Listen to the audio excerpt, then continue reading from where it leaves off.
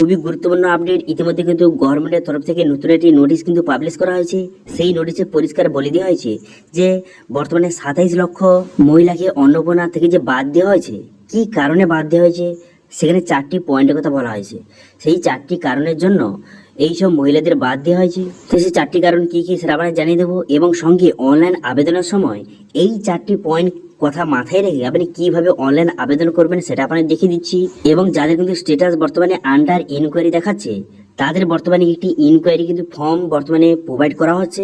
এবার এই ফর্মটা ফিল আপ করে আপনাকে যত শীঘ্রই সম্ভব হয় পঞ্চায়েত অফিস অথবা বিডিও অফিস অথবা আইসিডিএস কর্মীর কাছে এই ফর্মটা জমা করতে হবে। এই ফর্মটা জমা করলেই তবেই কিন্তু আপনার যে আন্ডার ইনকোয়ারি সেটা কিন্তু স্ট্যাটাসটা চেঞ্জ হয়ে কমপ্লিট বা অ্যাপ্রুভ কিন্তু হয়ে যাবে, এবং তবেই আপনি অন্নপূর্ণা যোজনা আপনি টাকা পাবেন। সেই জন্য এই ফর্মটা ফিল আপ করে আপনাকে যত শীঘ্রই সম্ভব কিন্তু জমা করতে হবে। এবার এই ফর্মটা কিভাবে ফিল আপ করবেন সেটা দেখিয়ে দেবো, এবং সঙ্গে এডিট অপশন কবে চালু হতে চলেছে, কাদের জন্য এডিট অপশন চালু হতে চলেছে, সমস্ত কিছু এই ভিডিওতে আপনাকে স্টেপ বাই স্টেপ জানিয়ে দিচ্ছি। সেই জন্য ভিডিওটা প্রথম থেকে শেষ পর্যন্ত দেখতে থাকুন, এবং যারা চ্যানেলে নতুন অবশ্যই চ্যানেলটিকে সাবস্ক্রাইব করে রাখতে ভুলবেন না।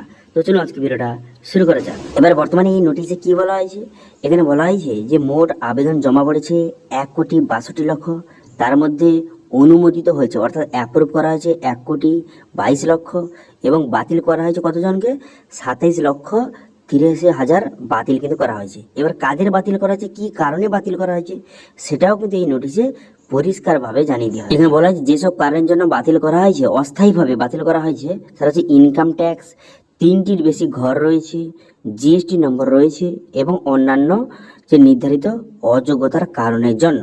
এবার আপনাকে দেখিয়ে দেবো যখন ফর্ম ফিল আপের সময় কোথায় কোথায় এই অপশানগুলি রয়েছে এবং সেগুলো আপনাদের কি সিলেক্ট করতে হবে সেটা আপনাদের দেখিয়ে দিচ্ছি অনলাইন আবেদনটা। তবে এখানে বলা হয়েছে এই যে বাতিলটা এরকম চূড়ান্ত বা বাতিল নয়, এরপর কিন্তু ফিল্ড লেভেল ভেরিফিকেশন হবে।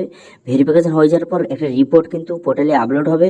তারপরে 5 থেকে 10 জুলাই ভেরিফিকেশন চলবে, যে ইনকোয়ারি চলবে। এবার সেই ইনকোয়ারিটা কীভাবে হবে, ইনকোয়ারিতে কি করতে হবে আপনাকে সেটাও আমরা জানিয়ে দিচ্ছি। তারপর ইনকোয়ারি হয়ে যাওয়ার পর তারপরে অর্থাৎ 10 তারিখের পরে কিন্তু আবার পুনরায় স্ট্যাটাস কিন্তু চেঞ্জ হবে। অর্থাৎ যে আপনারা এখন দেখছেন যে আন্ডার ইনকোয়ারি লেখা রয়েছে, 10 তারিখের পর কাদের অ্যাপ্রুভ হলো কাদের রিজেক্ট হলো সেটা কিন্তু ফাইনাল আপনারা দেখতে পারবেন। ঠিক আছে, এছাড়া তাদের কিন্তু পেমেন্ট যে ফেল হয়ে গেছিলো তাদের কিন্তু ব্যাংকে গিয়ে যোগাযোগ করতে বলা হয়েছে, এখানে পরিষ্কার লেখা রয়েছে দেখতে পাচ্ছেন। এবং নতুন পোর্টাল কিন্তু চালু করা হবে একটি, সেই পোর্টালে কিন্তু আপনি কমপ্লেন করতে পারবেন। ঠিক আছে, আপনি যোগ্য কিন্তু আপনি ঘর পাননি, সেক্ষেত্রে আপনি কমপ্লেন করতে পারবেন, অথবা কেউ অযোগ্য যদি ঘর পেয়ে যায় তার বিরুদ্ধে আপনি সেখানে কমপ্লেন কিন্তু করতে পারবেন। ঠিক আছে, সেই হিসেবে একটি পোর্টাল কিন্তু চালু হতে চলেছে। তো এবার মোটামুটি আপনি দেখিয়ে দিই অনলাইন আবেদনে তাহলে কোথায় কোথায় ভুলের জন্য এই যে বাতিলটা হয়ে গেছে সেটা আপনাদের দেখিয়ে দিই, যাতে পরবর্তী সময় আপনারা সেই ভুলগুলি যাতে না করেন। দেখুন প্রথম পেজে আপনি হেড অফ ফ্যামিলি ডিটেলসগুলো আপনি বসিয়ে দেবেন, এগুলো কিন্তু কোনো রকম সমস্যা নেই।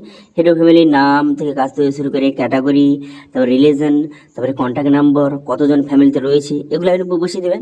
তারপরে কি করবেন, তারপরে তো তার আধার কার্ড এবং ভোটার কার্ডের ডিটেলস কিন্তু একে একে সমস্ত ডিটেলসটা বসিয়ে নেবেন। প্রথম পেজে হেড অফ ফ্যামিলি ডিটেলস বসাবেন, এগুলো নিয়ে কোনো রকম সমস্যা নেই। Head of family Aadhaar details বসিয়ে দিবেন এবং অ্যাড্রেস বসিয়ে দিবেন, এবং এখানে ভোটার কার্ডের ডিটেলস কিন্তু আপনি একে একে সঠিকভাবে বসিয়ে দিবেন। ঠিক আছে, প্রথম কিন্তু হেড অফ ফ্যামিলি ডিটেলসটা আপনি সঠিকভাবে বসাবেন।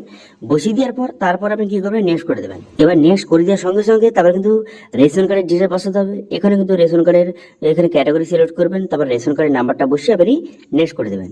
নেক্সট করে দেওয়ার পর এইখানেই কিন্তু খুবই গুরুত্বপূর্ণ, দেখতে পাচ্ছেন এখানে বলে দেওয়া হয়েছে যে আপনার বাড়ি থেকে 3টি বা 3টির বেশি পাকা রুম রয়েছে, এখানে যারা ইয়েস করেছে তাদের কিন্তু বাতিল করে দেওয়া হয়েছে।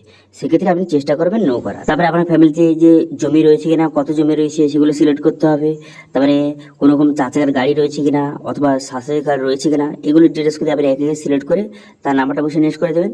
এরপরে কিন্তু এখানেই খুবই গুরুত্বপূর্ণ, এখানে দেখতে পাচ্ছেন এখানে বলে দিয়েছে যে বর্তমানে আপনি কি প্রফেশনাল ট্যাক্স দেন বা ইনকাম ট্যাক্স দেন, এখানে যারা ইয়েস করেছে তাদের কিন্তু বাতিল করে দেওয়া হয়েছে। সেক্ষেত্রে চেষ্টা করবেন এখানে নো করার। তারপর এখানে প্যান কার্ড রয়েছে কিনা, ফ্যামিলি ইনকাম কত, আপনার পরিবারের বাৎসরিক ফ্যামিলি ইনকাম কত সেটা বসিয়ে দিবেন। বর্তমানে হেড অফ ফ্যামিলি কি কাজ করে, তার কতদূর পড়াশোনা, এমএলএ এমপি এরকম পদে রয়েছে কিনা, পেনশন পাই, এখানে ইয়েস নো করবেন। এবার এখানে কিন্তু খুবই গুরুত্বপূর্ণ, এখানে বলা হয়েছে যে জিএসটি নম্বর রয়েছে কিনা। এবার এখানে যদি আপনি ইয়েস করে দেন সেক্ষেত্রে কিন্তু আপনার ফর্মটা বাতিল কিন্তু করে দেওয়া হয়েছে। সেক্ষেত্রে চেষ্টা করবেন নো করার।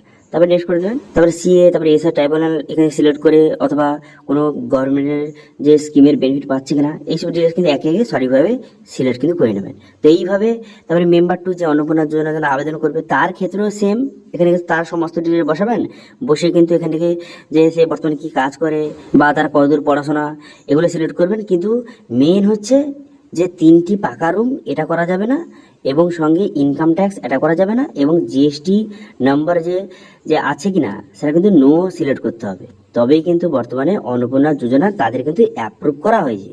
কিন্তু যদি আপনি 3টি বা 3টির বেশি পাকা রুম রয়েছে আপনি ইয়েস করে দিলেন, ইনকাম ট্যাক্স যদি আপনি ইয়েস করে দেন, অথবা যদি যারা হচ্ছে জিএসটি নম্বর ইয়েস করে দিয়েছেন, এই 3টির মধ্যে যে কোনো একটি যদি আপনি ইয়েস করেন, সেক্ষেত্রে কিন্তু আপনার ফর্মটা বাতিল কিন্তু করে দেওয়া হয়েছে।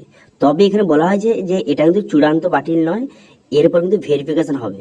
ইতিমধ্যে কিন্তু ভেরিফিকেশন শুরু হয়ে গেছে, 5 তারিখ থেকে 10 তারিখ ভেরিফিকেশন চলবে। এবার ভেরিফিকেশনটা কীভাবে হবে?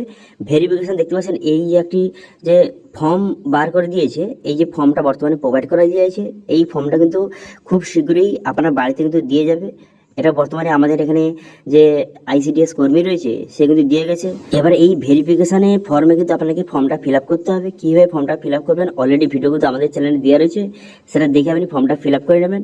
ফিল আপ করে এখানে কিন্তু যে ফিল্ড লেভেল অফিসার সে কিন্তু স্ট্যাম্প মারবে, বা আইসিডিএস যে কর্মী রয়েছে সে স্ট্যাম্প মারবে।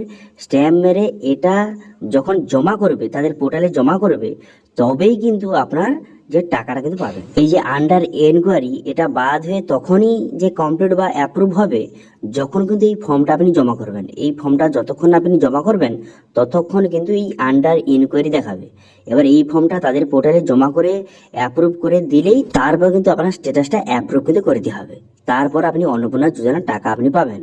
সেক্ষেত্রে এই ফর্মটা কিন্তু খুবই গুরুত্বপূর্ণ। এই যে ফর্মটা তেমন বেশি কোনো ডিটেল বসাতে হবে না, এখানে কিন্তু আপনার এখানে নাম, আপনার স্বামীর নাম, আপনার গ্রাম, পোস্ট, তারপরে গ্রাম পঞ্চায়েত, তারপরে এখানে থানার নাম এবং যে অ্যাপ্লিকেশন আইডি নম্বরটা সেটা আপনাকে বসাতে হবে, এবং ডেট প্লেস এখানে বসিয়ে আপনার সিগনেচারটা করে দেবেন, ব্যাস। এবার এই ফর্মটা হচ্ছে ফিল আপ করে হয় পঞ্চায়েত অফিস অথবা যে ফিল্ড লেভেল অফিসার অথবা আইসিডিএস কর্মীকে জমা করতে হবে, তারা আনতে আসবে, অথবা আপনি গিয়ে জমাও করতে পারেন পঞ্চায়েত অফিসে। জমা করে দেওয়ার পর তারা কিন্তু এখানে স্ট্যাম্প মেরে সিগনেচার করে একটা রিসিপ্ট কিন্তু আপনাকে প্রোভাইড করে দিবে।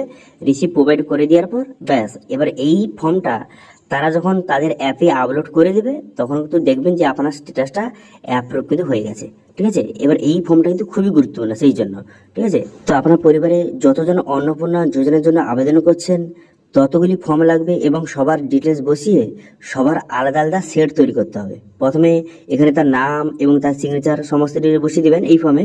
তারপর কিন্তু এরপর হচ্ছে যে রিসিপ্টটা কিন্তু আপনাকে আপলোড করতে হবে। বর্তমানে যে স্ট্যাটাসটা দেখাচ্ছে আন্ডার ইনকোয়ারি, তার রিসিপ্টটা এই ফর্মের সঙ্গে অ্যাটাচ করবেন, সঙ্গে আধার কার্ডের জেরক্স এবং ভোটার কার্ডের জেরক্স এবং রেশন কার্ডের জেরক্স এর সঙ্গে অ্যাটাচ করবেন, ঠিক আছে। এবং সবগুলো ডকুমেন্টসের নিচে কিন্তু সিগনেচার করে দেবেন, করে কিন্তু একটা সেট হয়ে গেল। তো এই হিসাবে আপনার পরিবারে যতজন মহিলা রয়েছে যারা অন্নপূর্ণা যোজনার জন্য আবেদন করছেন তাদের আলাদা আলাদা সেট তৈরি করতে হবে। সেট তৈরি করে হয় পঞ্চায়েত অফিস অথবা বিডিও অফিস অথবা যে আশাকর্মী বা অঙ্গনওয়াড়ি বা আইসিডিএস কর্মী রয়েছে তাদের কাছে এই ফর্মটা আপনাকে জমা করতে হবে। 5 তারিখ থেকে 10 তারিখ কিন্তু ভেরিফিকেশন চলবে, এই যে ইনকোয়ারি চলবে। তারপরে 10 তারিখের পর সবার স্ট্যাটাস কিন্তু ফাইনাল স্ট্যাটাস আপনি দেখতে পারবেন, যে কাদের অ্যাপ্রুভ হলো কাদের রিজেক্ট হলো সমস্ত কিছু সেখান থেকে আপনি দেখতে পারবেন। তারপর যাদের অ্যাপ্রুভ হয়ে যাবে তারপর 7 দিনের মধ্যে কিন্তু টাকা তাদের অ্যাকাউন্টে পাঠিয়ে দেওয়া হতে পারে, ঠিক আছে। এবার তারপরেই আবার এডিট অপশান কিন্তু চালু করা হবে 10 তারিখের পর, অর্থাৎ যে আজকের হচ্ছে 6 তারিখ, 6 জুলাই। সেক্ষেত্রে 10 তারিখে কাদের অ্যাপ্রুভ হলো কাদের রিজেক্ট হলো ফাইনাল স্ট্যাটাস আপনি দেখতে পারবেন। তারপরে যাদের রিজেক্ট হয়ে যাবে তাদের কিন্তু কী কারণে রিজেক্ট করা হয়েছে সেটা লেখা থাকবে, এবং এডিট অপশান কিন্তু চালু করা হবে। তো আশা করি বুঝতে পেরেছেন যে 10 তারিখের পর কিন্তু এডিট অপশান চালু করা হবে। তারপর আপনি অনলাইনে খুব সহজে এডিট কিন্তু করতে পারবেন। সেই জন্য যাদের কোনো কারণে কোনো কিছু ভুলভাল আপনি করে ফেলেছেন সেক্ষেত্রে চিন্তা করার দরকার নেই। 10 তারিখের পর কিন্তু এডিট অপশান চালু হতে চলেছে। তারপর আপনি এডিট কিন্তু করে আবার ফর্মটা রিসাবমিট কিন্তু করতে পারবেন। এবার অনেকে বলতে পারে যাদের ফর্মটা রিজেক্ট যাদের হয়ে যাবে, ধরুন আপনার রিজেক্ট হয়ে গেছে, সেক্ষেত্রে আবার কি আপনাকে নতুন করে আবেদন করতে হবে? না না, নতুন করে আবেদন করতে হবে না, আপনাকে এডিট করতে হবে। যেগুলো যেগুলো ভুল করেছেন সেগুলো আপনাকে সংশোধন করার সুযোগ কিন্তু দেবে, ঠিক আছে। তারপরে সাবমিট করে দিলে ব্যাস আর এডিট হবে না, একবার কিন্তু এডিট করার সুযোগ আপনি পাবেন। ওকে, তারপরে এডিট করে সাবমিট হয়ে যাওয়ার পর তারপরে আপনার অ্যাপ্লিকেশনটা পুনরায় রিচেক হবে। তারপরে যে সব কিছু ঠিকঠাক থেকে থাকে সেক্ষেত্রে আপনার কমপ্লিট হয়ে যাবে, অ্যাপ্রুভ হয়ে যাবে, তারপরে আপনি অন্নপূর্ণা যোজনার টাকা আপনি পাবেন।